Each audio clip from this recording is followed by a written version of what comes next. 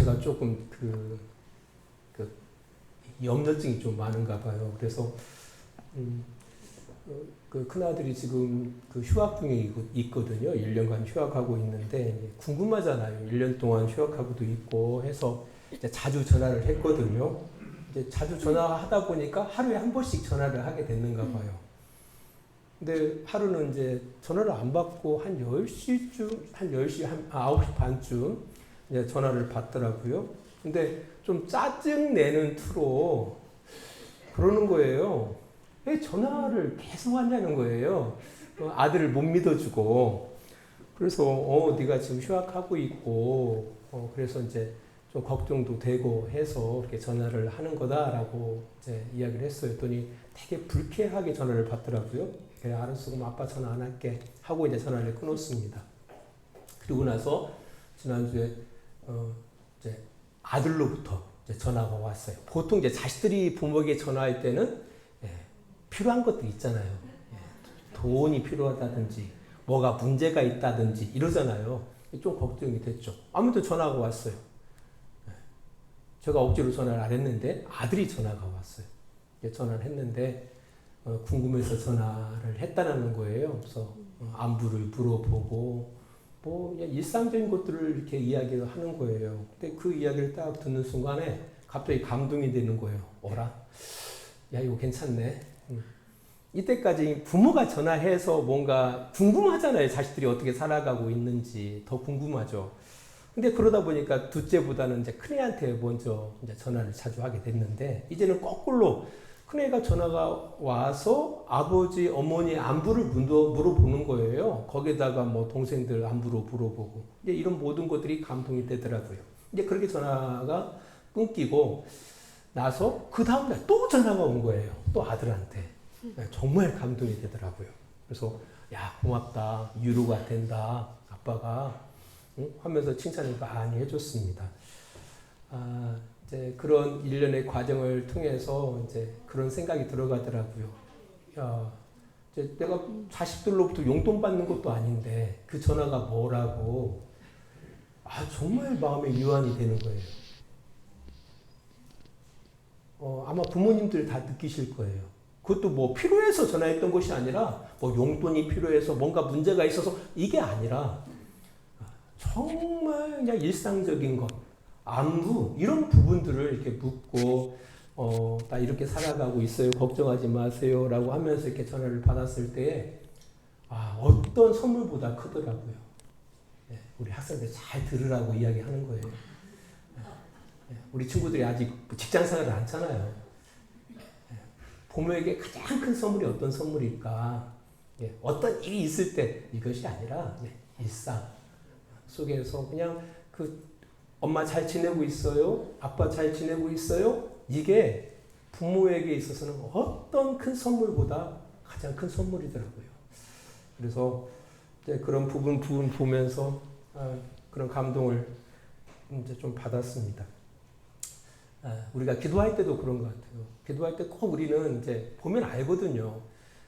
교회에 와서 뭔가 기도하고 있다? 분명 뭔가 문제가 있는 거예요. 일상 속에서 기도하는 사람 별로 찾아보기 힘들거든요. 어떤 문제가 있으면 기도해요. 그것도 감사한 거예요. 어떤 문제가 있을 때 하나님 앞에 기도하는 거, 귀한 일이죠. 당연히 기도할 수 있는 거죠. 근데 그거보다 더 좋은 것이 바로 뭐냐라고 할 때 일상 속에서 하나님과 대하고 살아가는 것, 정말 하나님께서도 기뻐하시겠다라는 그 생각을 하게 되어집니다. 여담입니다.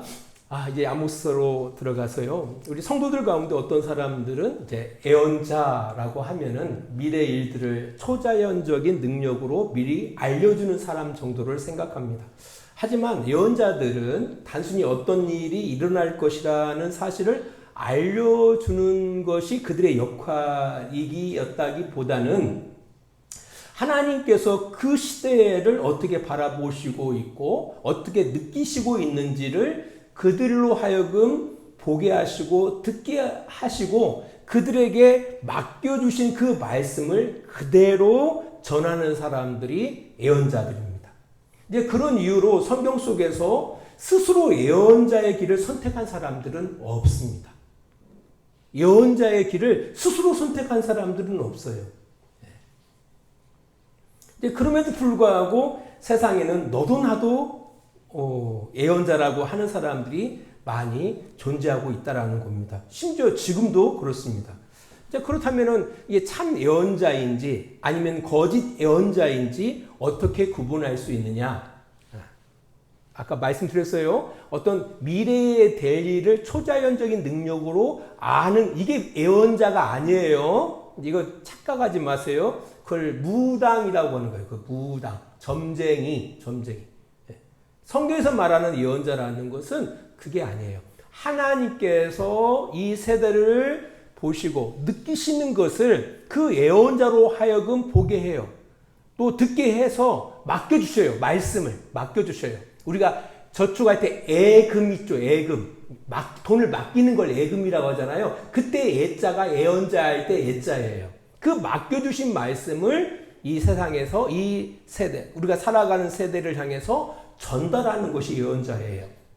아무튼 그렇다면 참 예언자와 아니면 스스로 나는 예언자인 스스로 예언자가 됐음에도 불구하고 나는 하나님으로부터 받아서 예언자다라고 이렇게 이야기하는 사람들을 어떻게 분별할 수 있느냐라고 할 때 그들이 한 말이 그대로 이루어지느냐 그렇지 않느냐에 의해서 구별할 수가 있다라는 거예요. 그들이 한 말이 그대로 이루어지면은 그건 하나님이 보내신 예언자. 반면에 그렇지 않으면은 자칭 예언자라고 구별하는 거예요. 근데 안타까운 것은 대부분의 예언자의 그 말들이 예언자들이 살 때 그 말이 이루어지기보다는 죽은 다음에 이루어지는 것들이 많았어요. 이러다 보니까 예언자들이 어떻게 살았겠어요? 엄청 힘들게 살죠. 힘들게. 예. 또 예언자들의 역할을 바라보면은 좋을 때 예언자들이 드러나지 않거든요. 좋을 때. 그러니까 이 세상이 하나님 보실 때 흡족할 때는 예언들이 필요 없어요. 예. 그렇잖아요. 아이들이 말 안 들을 때 부모는 말을 하는 거지. 말 잘 듣는 아이한테 부모가 뭐 잔소리를 하고 이렇게 하지는 않잖아요. 그잖아요. 예, 똑같아요. 그래서 그 예언자들의 역할을 바라보면은 그 시대에 대한 죄를 고발하고요. 그들을 향한 하나님의 심판을 전하는 일이었기 때문에 주변 사람들에게 환영을 받지 못해요. 좋은 소리도 계속 듣다 보면 짜증 나잖아요. 근데 안 좋은 소리를 계속 해보세요. 누가 좋아하겠습니까? 자기의 잘못을 갖다가 신랄하게 비판하고 정죄하는 사람들을 누가 좋아하겠습니까? 당연히 좋아하지 않죠. 그래서 예언자들의 삶을 결코 행복하지가 못했다라는 거예요. 대부분의 예언자들의 삶은 고달프고 그들의 말로가 비참했습니다. 성경의 예언자들이 그랬다라는 거예요. 예수님을 소개했던 마지막 선자가 있어요. 예언자가 요한인데요.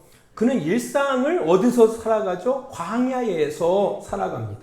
광야에서 외치는 자로 살았다라는 거예요. 그리고 그의 말로는 헤롯에 의해서 참성을 당합니다. 누가복음 11장 47절로 49절입니다.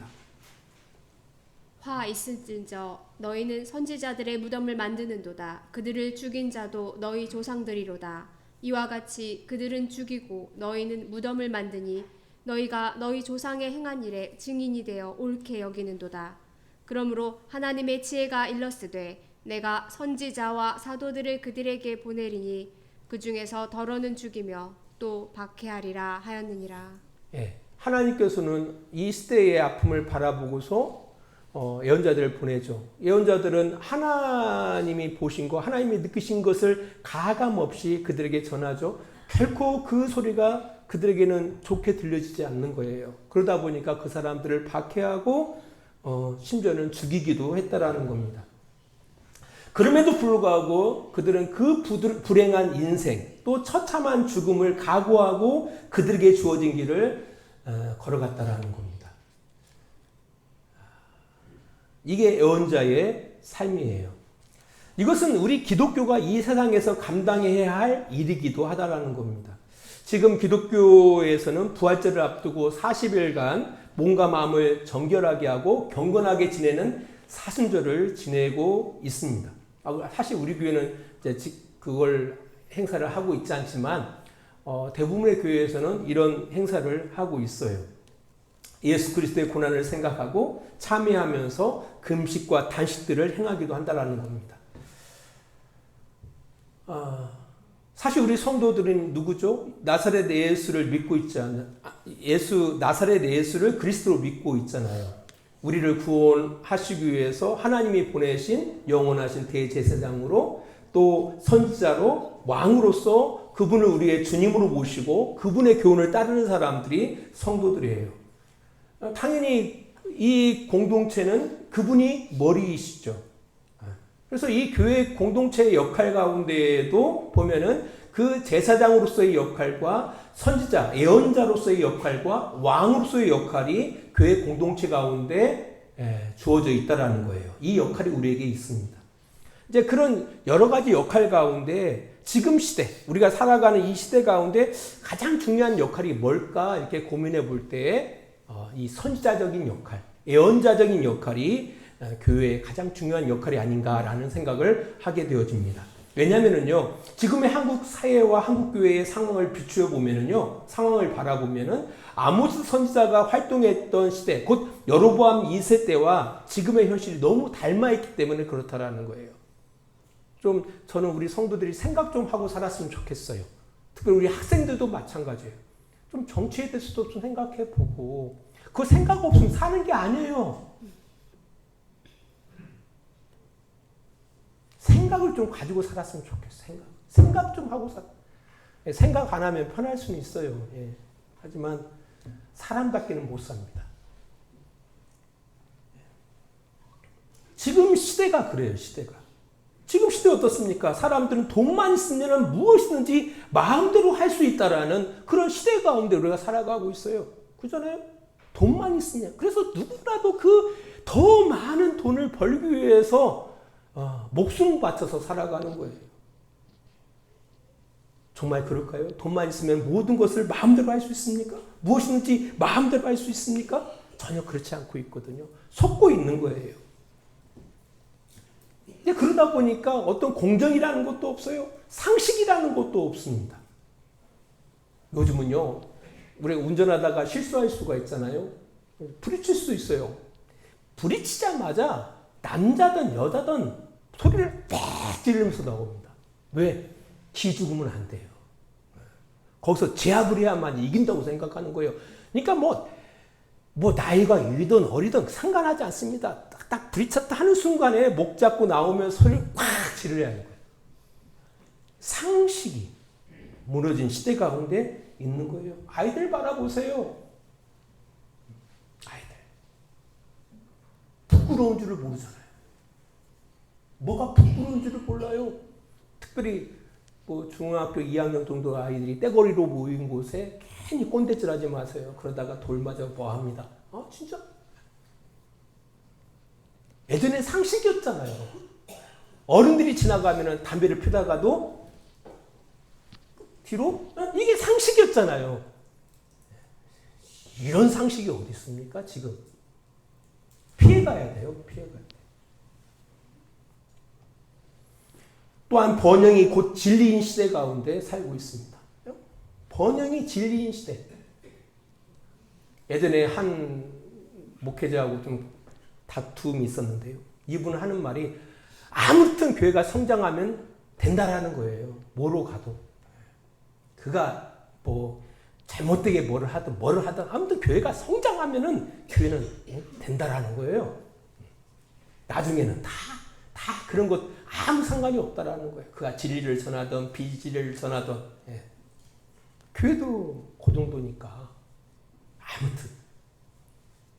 그러다 보니까 출세를 위해서는 엄청난 몸부림을 치지만 그에게 주어진 어떤 책임과 역할에 대해서는 전혀 관심이 없는 시대 가운데 있다라는 겁니다. 최근에 좀 안타까운 일이 있지 않았습니까? 예. 수사본부장에게 피택했던, 그러니까 거기에 어떻게 보면은 세워줬던 한 사람이 이제 한순간에 문제로 인해서 이제 낙마하는, 그러니까 그 내용을 쭉 살펴보니까 너무 뭐랄까요? 정말 심각하구나. 이거 정말 답답하구나.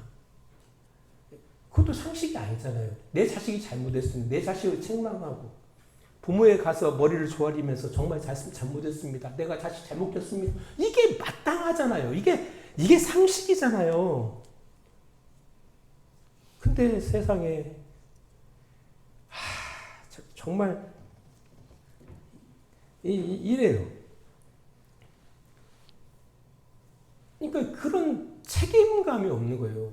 내가 자식을 잘못 키웠더라. 뭐 이런 어떤 것이 없어요. 뭐 이뿐입니까? 뭐 우리 교회들도 못지않죠. 그 타락한 교회에 대해서 전혀 몸부림치지를 않아요. 그러니까 교회의 성장을 위해서는 몸부림치지만은 교회가 타락하는 거에 대해서는 전혀 몸부림치지 않습니다.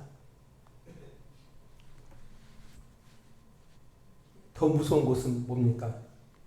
개인의 사리 사욕을 위해서 인간이기를 포기하고 살아가는 그런 시대 가운데 우리가 있다라는 거예요. 여러 가지 이런 시대에 있는 거예요. 이런 사회 현실을 바라보면서 우리는 좀 생각을 하고 살아야 한다라는 거예요. 생각을 하고 살아가셔야 돼요. 이 필리핀에 가보면은요, 필리핀이 이제 비처하는 몇 가지가 있습니다. 그 중에 한 가지가 바로 뭔 줄 알아요? 스포츠예요. 또 한 가지가 음악입니다. 그러니까 그 정부에서는 이 국민들이 정부에 대한 엄청난 그런 불평, 불만들을 갖다가 상쇄시키기 위해서 마을마다 농구장을 만들어 놨어요. 그들이 농구를 되게 좋아하거든요. 필리핀 사람들이. 이게 농구에 미치다 보니까 그 불평, 불만, 이게 이 정부의 불평, 불만, 이 국가의 어떤 이 부조리한 이런 부분들을 생각할 시간을 갖다가 갖지 않게 하는 거예요. 음악. 너희들은 음악 듣고 춤추고 노래하는 거예요. 예, 이렇게 행복한 거라는 거예요. 전혀 사회가 부조리하고 이상한 방향으로 가고 있지만 너희는 그 생각하지 말고 춤추고 노래하라는 거예요. 즐거운 세상이라는 거예요. 좋은 세상이라는 거예요. 생각하고 살아가셔야 돼요. 수수방관해서는 안 된다는 거예요. 똑바로 보고 이 시대 상황들을 똑바로 바라보면서 고민하셔야 돼요. 특별히 교회는 더 그래요. 교회가 하나님과 나의 관계만 오르면 좋지. 그러면 아모스서를 바라보면서 충격을 받으실 거예요. 이게 따로 가지 않습니다. 근데 더 큰 문제는 교회가 예언자적인 사명을 감당하기에는 우리가 너무 우리 안에 들보들이 너무 커요. 그건 저도 마찬가지예요. 저도. 요즘 세태를 바라볼 때에 한가닥 막 이렇게 올라오거든요. 나라도 나가서 으쌰으쌰 해야 하는 거 아니야? 근데 한편으로 혹시라도 괜히 눈이 잘못 떠서 나한테 포커스가 이루어져가지고 혹시 우리 집을 갖다가 압수수색을 하고 막 이러면 안 되지. 이런 막 불안감이 있는 거예요. 내가 그거에 대해서 떳떳하면은 하려면 하지 이렇게 할 텐데 저도 이렇게 생각해 보니까 떳떳하지 않은 부분들이 분명히 있을 거잖아요. 그래서 먼저 우리 교회 안에 이 교회가 이 세상을 향하여 그 예언자적인 그런 사명을 감당해 내기 위해서는 교회 안에 들보를 빼야져야 돼요. 그리고 세상의 티를 빼는. 그래서 그들로 하여금 올바르게 살아갈 수 있도록 애칠 수 있는 그런 이 사명을 우리가 회복해 나가야 한다는 거예요. 이런 기대를 가지고서 우리가 아모스서로 들어가 보도록 하겠습니다. 아모스서 1장 1절입니다. 유다 왕 우시아의 시대 곧 이스라엘 왕 요아스의 아들 여로보암의 시대 지진 전 2년에 드고아 목자 중 아모스가 이스라엘에 대하여 이상으로 받은 말씀이라. 예, 여기 보니까 아모스의 이름의 뜻은 짐진 자, 곧 부담을 가진 자라는 뜻을 갖고 있어요. 부담을 가진 자, 아모스라는 이름이. 이 드고아의 목자 아모스는 하나님으로부터 그의 이름에 걸맞는 사명을 받습니다. 이 드고아는 예루살렘에서 남동쪽으로 15km 떨어진 남유다 지역이에요. 그 아모스는 그곳에서 뽕나무를 재배하며 양을 치는 목자였습니다. 아주 독특한 것은, 아모스가 독특한 것은 이 예언자의 직업에 대해서 구체적으로 말하고 있다는 거예요. 다른 예언서에서는 흔하게 나타나지 않습니다. 그는 전문적인 예언자가 아니었다라는 거예요. 이제 그 당시에도 전문적인 예언자들이 있었어요. 그럼에도 불구하고 아모스는 농부였어요. 근데 지금 시대로 말하면은 뭐 신학교나 신학대학원을 마치지 않고 일반 직장을 가지고 있었다라는 거예요. 그런 일반 성도였다라는 거예요. 아모스서 7장 14절로 15절입니다. 아모스가 아마샤에게 대답하여 이르되 나는 선지자가 아니며 선지자의 아들도 아니라 나는 목자요 뽕나무를 재배하는 자로서 양떼를 따를 때 여호와께서 나를 데려다가 여호와께서 내게 이르시기를 가서 내 백성 이스라엘에게 예언하라 하셨나니. 그러니까 아모스는 훈련된 예언자가 아닌 평범한 목자였다라는 거예요. 그런 그에게 여호와 하나님이 나타나셔서 예언케 하신 거예요. 말씀을 맡겨주신 거예요. 생각해 보세요. 만일 다음 주에 주일 설교자가 없어서 우리 성도들 가운데 한 사람을 설교자로 세우기를 원하는데 제비를 뽑기로 했어요. 제비. 남자 성도, 여자 성도 다 모여가지고 제비 뽑히는 사람을 다음 주 주일 예배 설교자로 합니다. 한 주간 준비하세요. 그리고 이제 돕니다. 제비가 돌아요. 그때 아마 성도들은 열심히 기도할 거예요. 주여, 제발 저를 뽑게 해주세요. 막 이렇게 기도했겠습니까? 어떻게 기도했겠습니까? 제발 뽑히지 않게 해주세요. 안 그래요? 당연하지 않습니까? 왜? 아니 평신도가 내가 신학교를 나온 것도 아니고 신학대학원을 나온 것도 아닌데 설교를 한다. 이거 엄청난 부담이죠. 엄청난 부담이지 않습니까? 이 아모스도 마찬가지예요. 그 당시에 훈련된 여자들이 많았단 말이에요.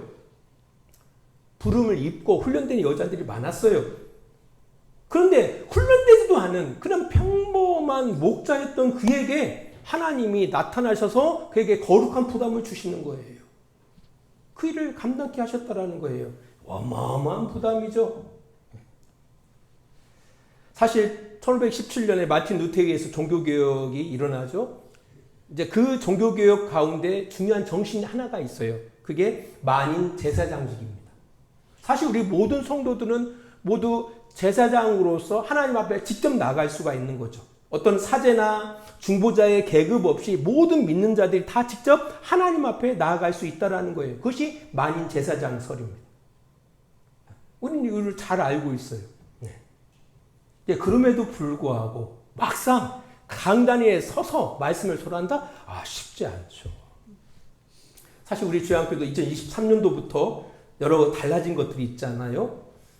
그 중에 또 대표교도 순서가 확대됐어요. 또 특별 찬양도 예배 때마다 이루어지고 있어요. 부담스럽죠. 또 청소도 마찬가지예요. 그 중에 가장 큰 부담이 뭐냐? 대표기도예요. 대표기도. 목사님 어떻게 그렇게 잘하시냐고요? 아내가 부담스럽대요. 아내가. 여보, 정말 부담스러워. 그래서 내가 잘하는 거야. 우리 성도들이 다른 것은 부담스럽지 않은데 청소도 부담되지 않고 찬양도 뭐 대충 껴서 하면 되니까 부담스러우지 않는데 어떻게 대표로 나와서 기도하냐는 거야. 그게 제일 부담스럽다라는 거예요. 근데 저도 알아요. 부담을 주려고 하는 거예요. 왜? 우리가 아무 부담 없이는요, 아무 일이 일어나지 않아요. 우리 신앙이 성숙하고 싶잖아요. 하나님 앞에 정말, 하나님 앞에 기도하고 살아가고 싶잖아요. 그래서 여러분들에게 부담을 주는 거예요. 그나마 대표 기도라도 우리가 우리 앞에 있게 되어지면 기도 안 할 수가 없거든요. 기도 안 할 수가 없거든요. 그것을 위해서. 이제 그러다 보면은 성숙하게 되어져요. 디모데전서 4장 8절입니다. 육체의 연단은 약간의 유익이 있으나 경건은 범사에 유익하니 금생과 내생에 약속이 있느니라. 우리 육체의 연단도 약간의 유익이 있다라는 거예요. 저도 벌써 운동한 지가 2년이 넘어가거든요. 체육관에 가서 꼬박꼬박 1시간씩은 꼭 운동을 해요. 그래서 제가 생각할 때는 참 건강이 많이 좋아졌다고 생각하거든요. 육신의 건강을 위해서도 끊임없이 훈련한다는 거예요. 경건 역시 그렇다라는 거예요. 경건한 삶도 하나님과 동행하는 삶도 이런 훈련 없이는 경건한 삶을 살아갈 수가 없다라는 거예요. 아마 손흥민 선수가 축구에 대해서 남다른 재능이 분명히 있었을 거예요. 하지만 그가 엄마 뱃속에서부터 축구를 한 건 아니거든요. 태어나면서부터 공을 가지고 축구하면서 잘하지는 않았을 거예요. 축구를 하다 보니까 축구에 대한 재능도 발견하고 더 열심히 하다 보니까 지금의 손흥민이 된 거죠. 우리가 신앙적으로도 성숙을 하기 위해서는 이런 거룩한 부담들을 가지고 살아야 한다는 거예요. 심리학자 아들런 이런 말을 해요. 삶은 타고난 대로 사는 것이 아니라 마음 먹은 대로 사는 것이다. 우리는 원래 하나님과 올바른 관계 가운데 살아갈 수 있도록 태어나지 않았어요. 그러니까 사람들 바라보면 가만히 놔두면 절대 신앙인이 될 수가 없어요. 하나님과 올바른 관계를 가지고 살아갈 수가 없어요. 아무튼 여러분 좋은 마음을 먹은 것으로 멈추지 마시고 그 마음 먹은 대로 이렇게 살아가려고 노력하시는 우리 주양교회 성도들이 되시기를 바랍니다. 아모스에게 주어진 이 부담은 사실 우리가 가진 그 부담과 하고는 비교할 수 없습니다. 우리 아모스서 7장 16절로 17절입니다. 이제 너는 여호와의 말씀을 들을지니라. 내가 이르기를 이스라엘에 대하여 예언하지 말며 이삭의 집을 향하여 경고하지 말라 하므로 여호와께서 이와 같이 말씀하시기를 내 아내는 성읍 가운데에서 창녀가 될 것이요 내 자녀들은 칼에 엎드려지며 내 땅은 측량하여 나누어질 것이며 너는 더러운 땅에서 죽을 것이요 이스라엘은 반드시 사로잡혀 그의 땅에서 떠나리라 하셨느니라. 아멘. 이게 그 당시에 아마샤라는 제사장과의 그 대화 속에서 기록된 말씀인데요. 사실 이 아모스는 이 북이스라엘 사람이 아니에요. 남유다 사람이에요. 그리고 남유다와 북이스라엘은 200년 동안 끊임없는 갈등과 반목이 있었거든요. 잠깐 이제 우시아 왕과 여로보암 2세 때 평화협정이 있어서 갈등은 약간은 약해졌지만 그럼에도 불구하고 200년 동안에 안 좋은 앙금들이 있었다라는 거예요. 이런 상황에서 남유다가 아니라 반목과 갈등이 있었던 북이스라엘에서 예언자의 삶을 살아간다라는 것은 쉽지가 않아요. 쉽지가 않아요. 아니 내 자식이 잘못했을 때 부모가 매를 대는 거 할 수 있는 거죠. 하지만 내 자식이 잘못했을 때 남의 부모가 가가지고 막 궁밤을 치고 궁밤을 때리고 매를 이건 용납할 수가 없는 거죠. 그러니까 이 북이스라엘의 죄에 대하여 분명 정말 심각하거든. 북이스라엘의 그 상황 그 자체가 그 좋지 않은 상황에 대해서 이 북이스라엘 사람이 와서 너 왜 이따위로 살아가냐? 이따위로 살아가면 하나님의 심판을 받는다. 이렇게 이야기하는 것은 그나마 들을만해요. 근데 남유다 사람이 와서 그 북이스라엘의 그 죄를 고발하고 하나님의 심판을 전한다? 저주를 퍼붓는다? 좋아하겠습니까? 당연히 안 좋아하죠. 그 좋아하지 않은, 환영받지 못하는 땅에 가서 하나님의 말씀을 전달해야 했다라는 거예요. 얼마나 부담이 되겠어요. 그럼에도 불구하고 아모스는 그 부담을 지고 북이스라엘로 내려가서 그들에게 말씀을 전합니다. 아모스 1장 2절입니다. 그가 이르되 여호와께서 시온에서부터 부르짖으시며 예루살렘에서부터 소리를 내시리니 목자의 초장이 마르고 갈멜산 꼭대기가 마르리로다. 아멘. 아모스가 어떻게 했다고요? 그 부담, 그 거룩한 부담이죠. 하나님이 그에게 맡겨주신 그 거룩한 부담을 지고 순종하는 거예요. 우리 주양교회 성도님들께서도 사실 제가 우리 성도들의 상황들을 다 완벽하게는 인지하지 못하지만 나름대로 제가 잘 생각해서 대표기도도 맡기고 또 찬양도 할 수 있기 때문에 이렇게 시험에 들지 않도록 너무 과다한 짐이 되어지면 또 이게 시험 되거든요. 적당한 시험 정도 해가지고 맡겨놨거든요. 그거 다 거룩한 부담이에요. 교회의 성숙을 위해서 여러분들의 성숙을 위해서 그 부담을 지은 거거든요.